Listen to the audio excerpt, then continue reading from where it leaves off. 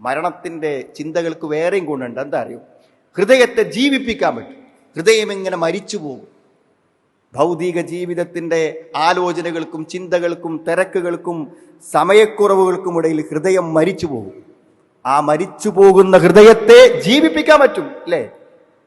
മരിച്ചോടത്ത് പോകുമ്പോൾ ഒന്നും വേണ്ട സുഹൃത്തുക്കളെ, നമ്മുടെ റോഡ് പോണത് ഒരു മയ്യത്തുംകാരൻ്റെ അടുക്കൂടെയാകുമ്പോൾ, ഒരു ശ്മശാനത്തിൻ്റെ സൈഡിലൂടെയാണ് നമ്മുടെ വണ്ടി പോകുന്നതെങ്കിൽ ആ ഗ്ലാസ്സിലൂടെ ആ മീസാൻ കല്ലുകൾ കാണുമ്പോൾ പോലും നമ്മുടെ മനസ്സൊന്ന് കാണും.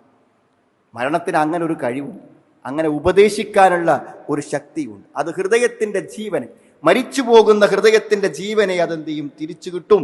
ഖുൽ ഇന്നൽ മൗതല്ലദീ തഫിറൂന മിൻഹു ഫഇന്നഹു മുലാഖീകും സുമ്മ തുറദ്ദൂന ഇലാ ആലിമിൽ ഗൈബി വശഹാദ ഫയുനബ്ബിഉകും ബിമാ കുൻതും തഅമലൂൻ.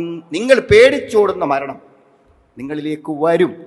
എന്തിനാ അള്ളാഹു അത്ര ഉറപ്പിച്ച് പറഞ്ഞത്? മരണം വരും എന്ന് ചിന്തിക്കുന്നത് നമുക്ക് വലിയ ഉത്ബോധനാണെന്നാണ്.